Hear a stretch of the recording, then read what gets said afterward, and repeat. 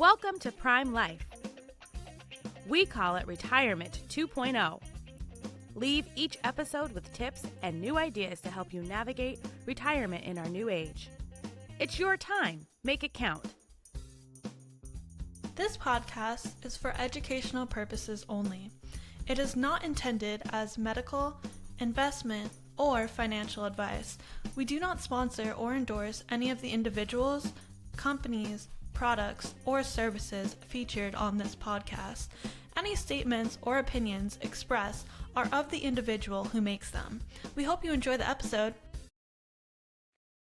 Hello, everyone, and welcome to another episode of the Prime Life Podcast. This is Joseph Katz, and I'm here again with my co-host, Mary. What is going on? Haven't seen you in a little bit. I know. I was thinking about you the other day, and I'm like, wow, it's been like several weeks since you and I have seen each other virtually. So always great to see you and catch up with you. And of course, we have a phenomenal guest. I'm excited for today's guest. I believe we'll all learn something. So, Mary, why don't you do the honors and make the introduction? Absolutely. So today on the Prime Life Podcast, we have Dr. Sheetal Ajmani. She's a physician, a best-selling author, host of Essential Self-Care podcast, and the founder of Radiant Living Institute, where she specializes in guiding high-achieving women through major life transitions. With over 2 decades of expertise, Sheetal brings a unique blend of Eastern wisdom and Western precision to her impactful speaking engagements, coaching programs, and podcasts to empower women to rediscover their inner radiance and confidently navigate life's challenges. Sheetal, welcome to the Prime Life Podcast. You don't sound like you're a very busy person. First of all, I want to say that. And you don't sound accomplished at all. So I want to say that as well. So we'd love for you to tell our audience a little bit about yourself and what your journey has been. You're a medical doctor. You can do anything you want. Talk to us a little bit about your passion. Sure. First of all, thank you so much for the introduction, Joseph and Mary. It's an honor to be on your show, chatting with you today. So a little bit about my journey. Goodness, it's been a long and winding journey. So I'll try to keep it to the key points. But yes, you're right. I am a physician. And my first year of medical school, this is where the seeds were all planted. My first year of medical school, I started practicing yoga. And it was my first semester of medical school. And through practicing yoga, and I went to the local Y down the street from the med school, I experienced this sense of peace that I had never experienced before. And it helped me tap into a part of myself that I had never tapped into before, that I didn't really know about. And I knew in that moment that I wanted to dive deeper. And around the same time, that same first semester of medical school, I had also heard about this thing called Ayurveda, which is actually the ancient medical system of India. It's related to yoga, and it also encompasses so much more than yoga. It essentially encompasses a framework of lifestyle habits, self-care routines, daily activities to help you feel your best. And it really sees each of us as being completely unique. And so I was intrigued. And knowing that yoga and Ayurveda were related, I knew that I wanted to dive deeper into both of those once I completed medical school. And so that's exactly what I did. So I continued to lean into the tools that I knew about with my limited time in medical school and residency. Leaned into it while I was navigating the emotional, mental, and physical stressors of being a medical student and of being a resident, taking care of very sick children in the hospital, having to tell their parents and explain things to their parents about what was going on. I was a practicing pediatrician. And when I finished medical school and residency, I went ahead and completed yoga teacher training program, actually a couple of them, a lot of other continuing yoga education. I completed an Ayurveda lifestyle consultant program as well. And again, just as I was learning things, continued to lean into it through the stressors of my career, through navigating personal things like relationships, divorce, job changes, moves, all sorts of changes. And that ultimately led me to realize that I know a lot about life changes and big life transitions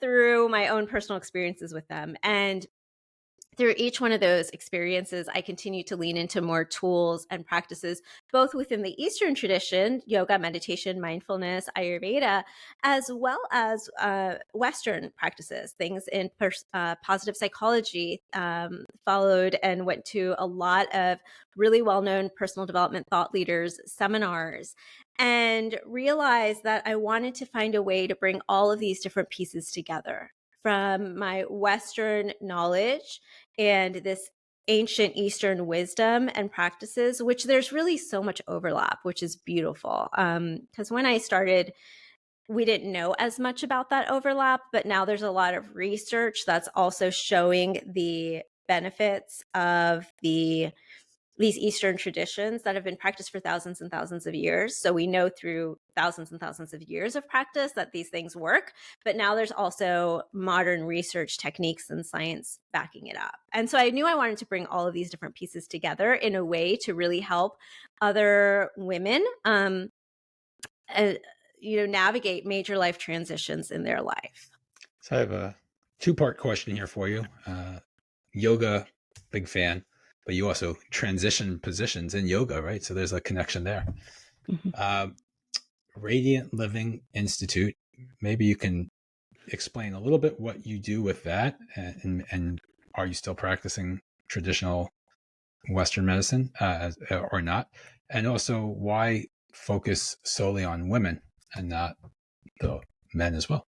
Yeah, absolutely. Okay, great questions. So I'll try to answer this one at a time. So first of all, I love that you mentioned in yoga, in the actual physical yoga practice, there are a lot of transitions between postures as well. Because when I am teaching yoga, because I do still teach yoga classes as well, and when I am teaching yoga, I think it's really important to guide students through those transitions in a really mindful way, right? Because it's not always about where you're getting to, the pose you're getting to, right? And I'm talking more than just about physical yoga, right? In life too. It's not just about where you're going, it's how you're getting there, right?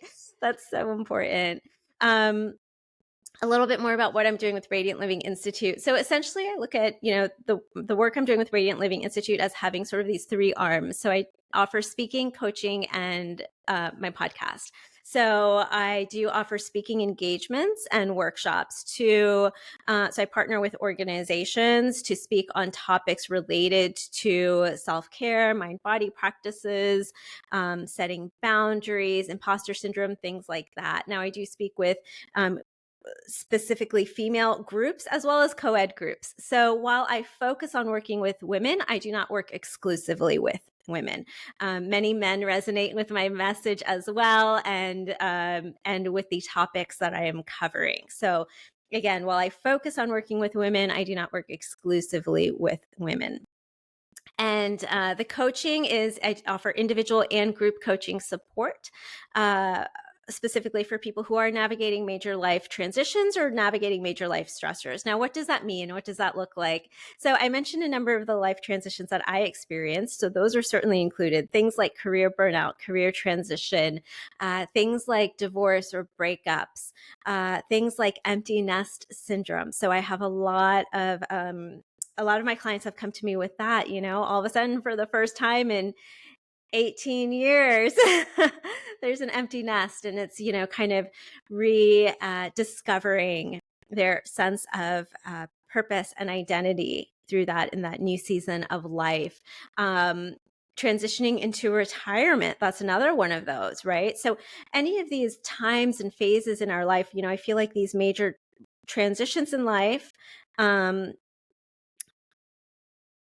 or if it's also something like where the stressors reach a point where you realize that you need to change something, right? And that can show up often also as, maybe health conditions, or, mental, emotional, or physical. So any of those where you are having to almost rebuild your life and rediscover the sense of who you are, and seeking to rebuild in a very intentional way. That's what my process and my coaching can guide you through. And then I have the podcast. So that's the third arm. So I mentioned speaking, coaching, and then the podcast. The podcast is called Essential Self-Care. And the premise of it is how to practice self-care for those of us who are too busy for it, which, let's face it, it's all of us, right? And so in that podcast, I feature self-care stories. So I have guests come on and they share their journeys of practicing self-care through really challenging seasons in their life. And then I also feature expert guests discussing specific modalities and tools of self-care. That sounds very, very interesting. So it's funny that you talked about the empty nest and heading into retirement. As you know, Sheetal, our audience, 55 plus, and I experienced empty nest a little bit earlier than some did. My children, it was a family decision. They went to boarding school for high school. We did see them frequently. We went to their athletic games and whatnot, but it was very, and I got married young. So it was just people were looking at me like, what's wrong with you? It's like, oh my gosh, like my kids aren't here because they're 3 years apart. And so they were both away. And then they went to college and now, they're grown adults and Joseph can relate to that as well. And so I can totally understand why individuals would want to come and seek your guidance. I'm very intrigued since you are working with, your medical background, again, the Western medicine with the yoga, which I love as well.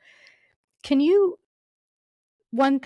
share a story or two, which I'd love to hear about individuals maybe that you've worked with who have really made progress? But I'd also be interested to know, are there recurring themes within the major life transitions? Doesn't matter if it's making this up, someone going through a divorce or someone finding themselves empty nest or someone, changing careers. I would love to hear answers to those questions, but also a story or two. And we'll get that answer after a brief word from our commercial sponsors.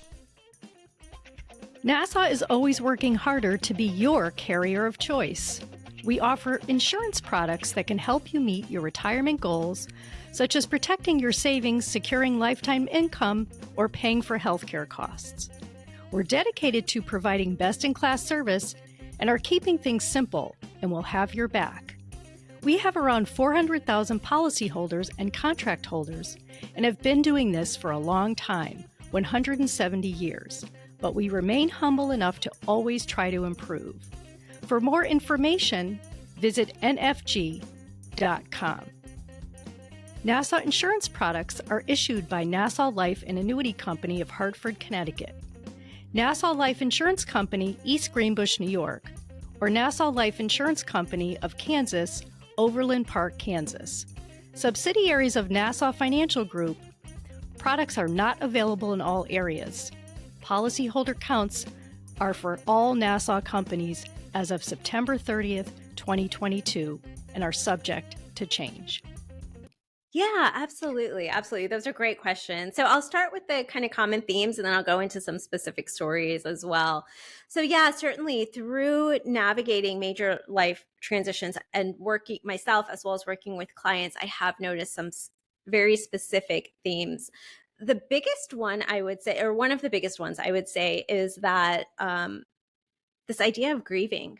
Anytime you're going through some sort of change in life, there is an element of grieving. And I always describe this, even quote unquote positive changes, right? So even things like getting married or the birth of a child, right? Or, it's a positive thing for your child to go off to college, right? It's a proud moment, right? Any of these things, but they all also involve a loss of something to create space for something else, right? And so acknowledging that there can be and often is some sort of grieving process. And I think a lot of times, a lot of clients can feel a little bit caught off guard. Like, I wasn't expecting to feel this. I wasn't expecting to feel this way, right? And so acknowledging, I use the Elizabeth Kubler-Ross framework for 5 stages of grief.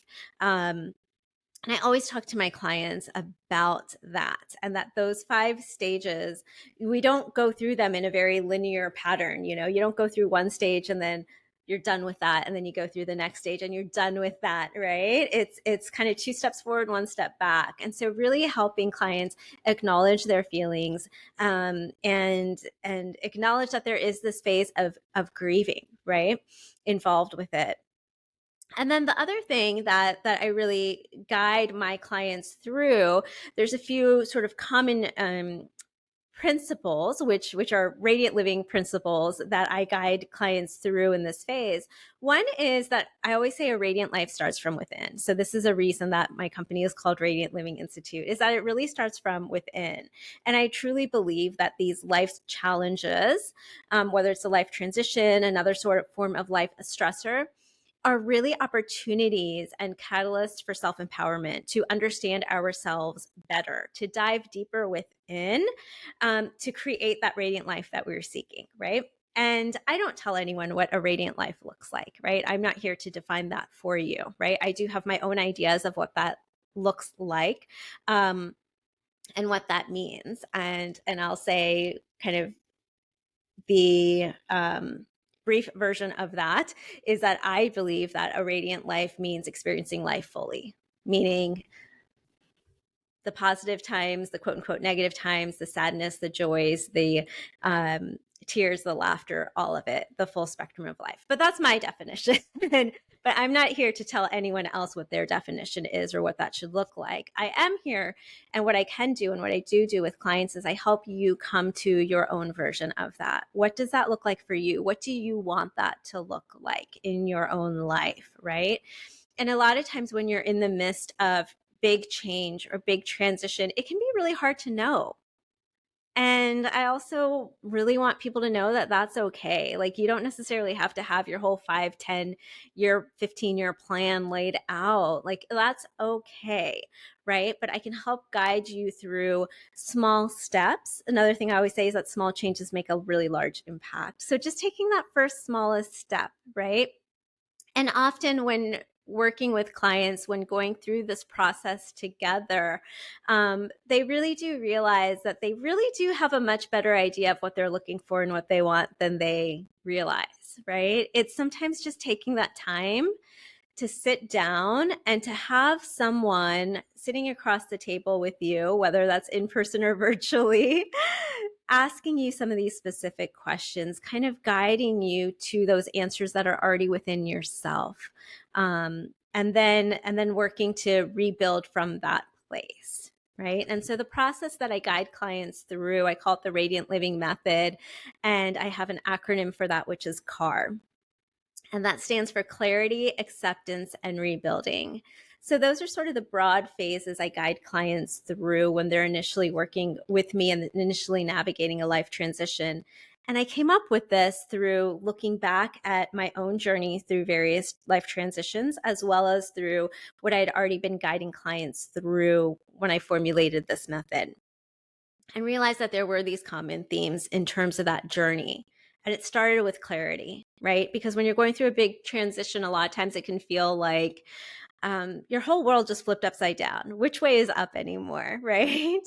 And so finding that clarity is that first step. And so I do that through 2 steps. One called taking inventory, where I'm asking a lot of these really directed questions of kind of, where are you now? Where do you want to be? Right? Helping guide clients through that. And then I help them create what I call empowering daily routines.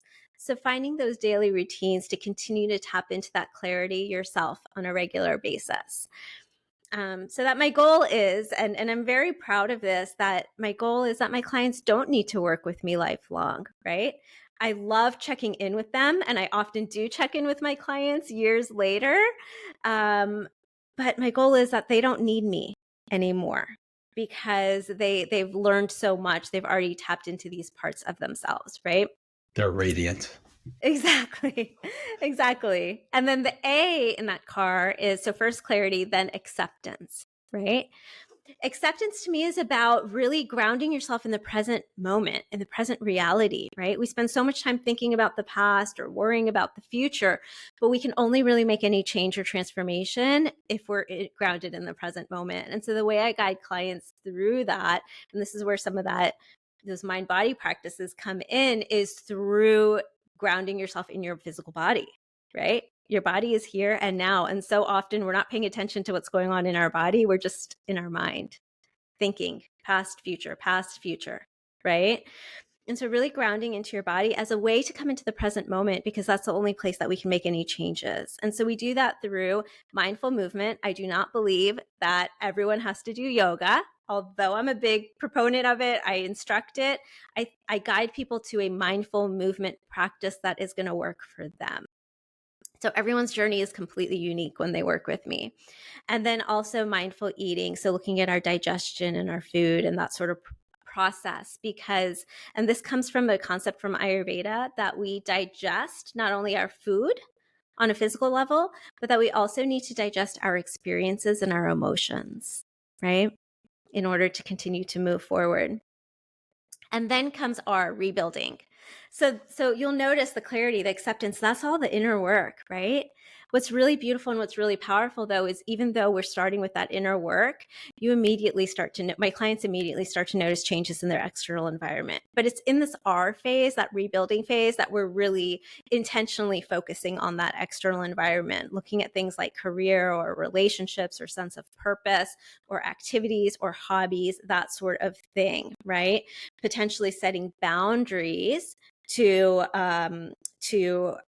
sort of create that framework and that structure to protect what you are rebuilding. And then comes celebration, which is also in that rebuilding phase, which is taking time to honor and acknowledge all of those small little wins every single day, all those small actions that you are taking to move yourself forward. So that's the general framework. I know you had asked for a couple of stories as well. So I had, when you were sharing your story, Mary, that made me think of one of my clients who I worked with a few years ago, who also, she wasn't expecting to be an empty nester quite yet. Her oldest was already in college. Her youngest decided, they decided to attend boarding school.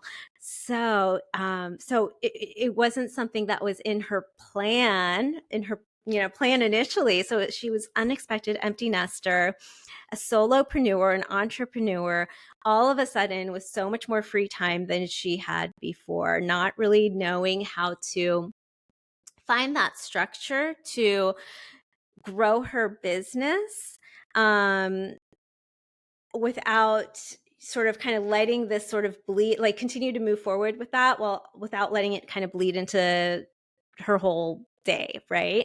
So one of the biggest things that she realized was that she needed to set some boundaries with herself to find some balance here. So what she did is she set some boundaries around her work and creating her business, and then also created what she called celebration time, built into her weekends, so that she could enjoy time with her significant other on the weekends, enjoy time just for herself and her self-care. And so through that, she has found a renewed sense of joy while also continuing to move her business forward. So that was a really remarkable situation there as well, and sort of client success story.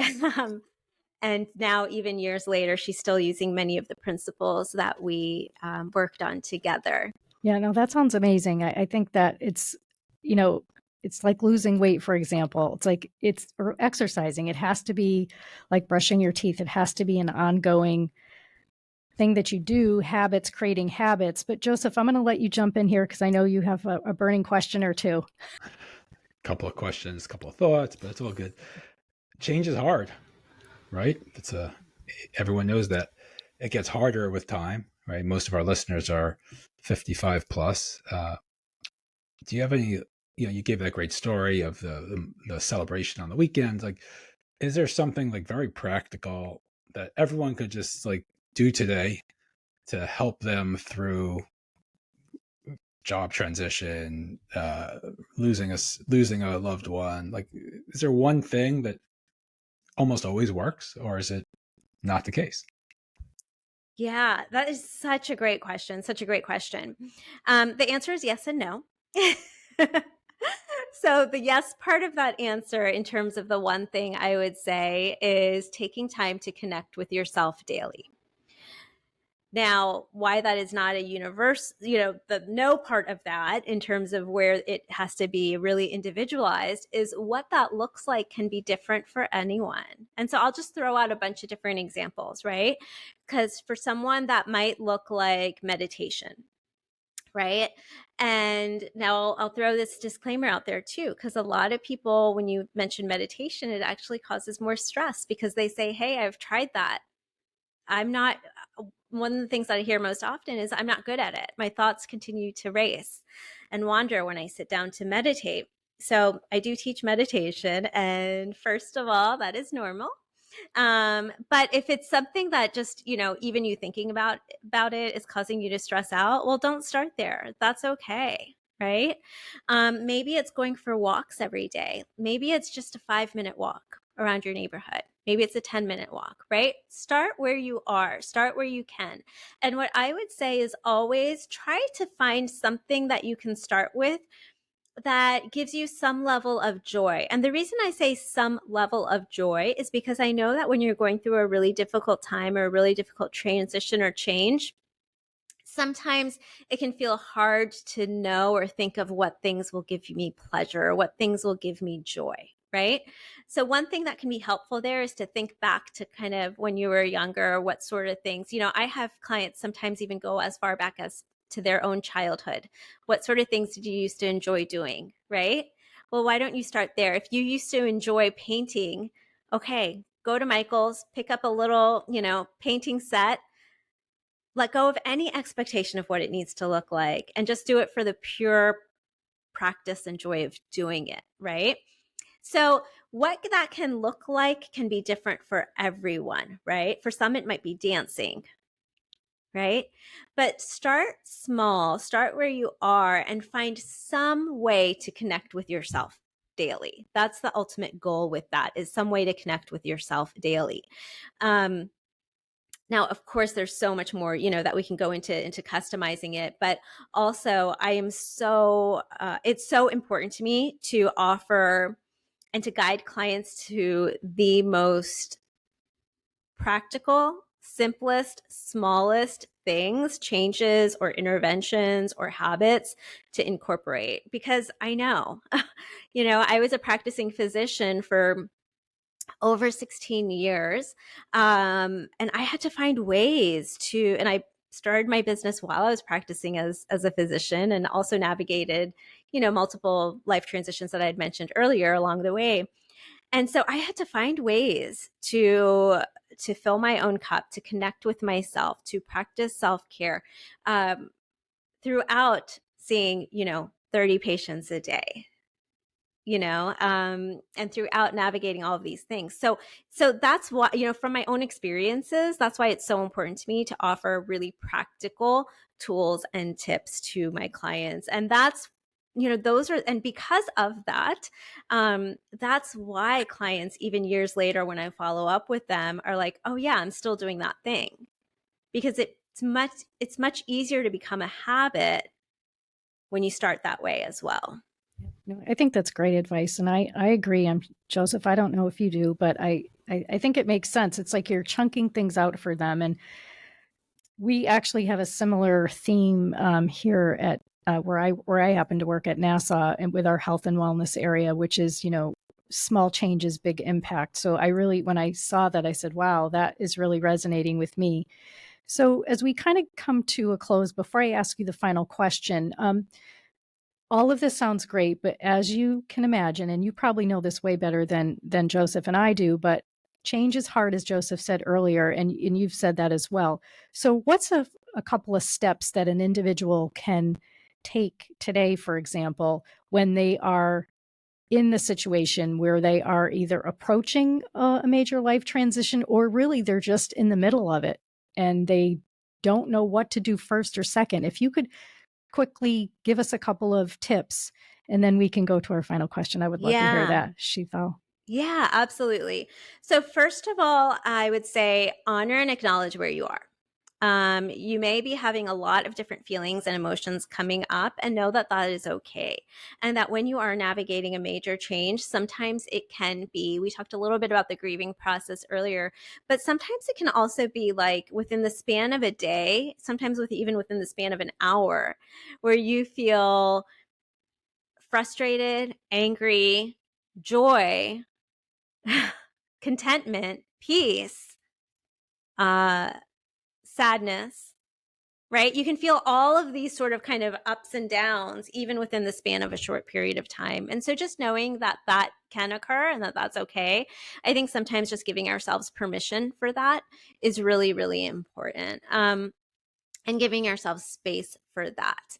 Then the other thing I would do is I do have a free resource. So I would recommend, if you're just kind of like, I don't even know where to start, I need some guidance. There's 2 free resources that I would love to offer your listeners. One is I have a workbook. They can just go to my website, radiantlivinginstitute.com, for that and download that workbook. It goes through those 6 steps that I outlined for you with very specific questions so that you can start to come to some of those answers yourself with my guidance through that workbook. It takes about 20 minutes to go through that workbook.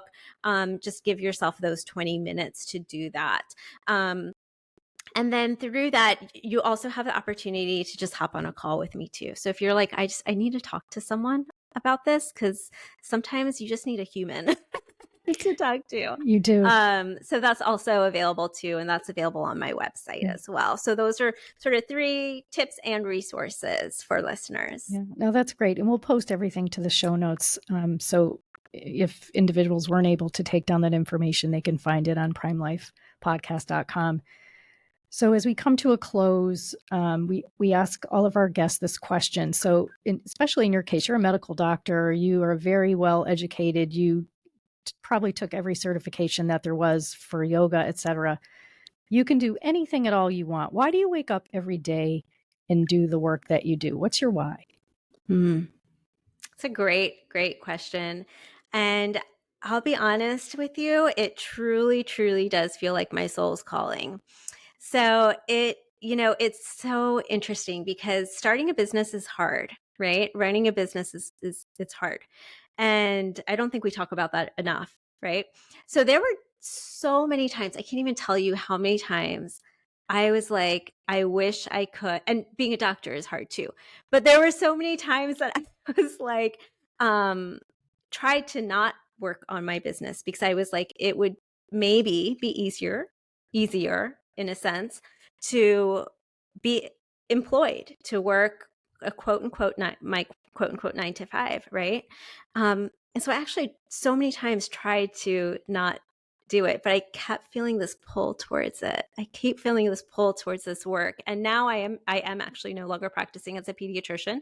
As of us chatting today, it's been about 1.5 years that I've been focusing on this work full time. So there's just this strong inner pull. I don't know how else to describe it. It truly does feel like my soul's purpose to be doing this work. I love that answer. That really is amazing. But they do say, and so I'm a former entrepreneur and Joseph is as well. And so there's a saying I heard a long time ago, something like, when you work for yourself, you can work half days. It's which 12 hours of the day you want to work. And I know it goes way beyond that. So go ahead, Joseph. Let's bring her home. No problem. Dr. Sheetal, hopefully I got that correct. Been a pleasure, entertaining, thought-provoking. My brain's been thinking about care and self-care and so forth. You shared how people can get in touch with you. We'll make sure to include that in the show notes. Thank you again for being here. And to all our listeners, thanks for joining us, and tune in next week for another episode of the Prime Life Podcast. Thanks you all.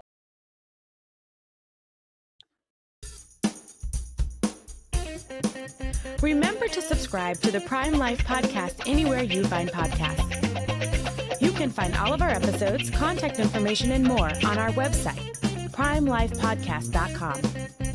Stay connected with us. Follow us on LinkedIn, Instagram, Facebook, and TikTok.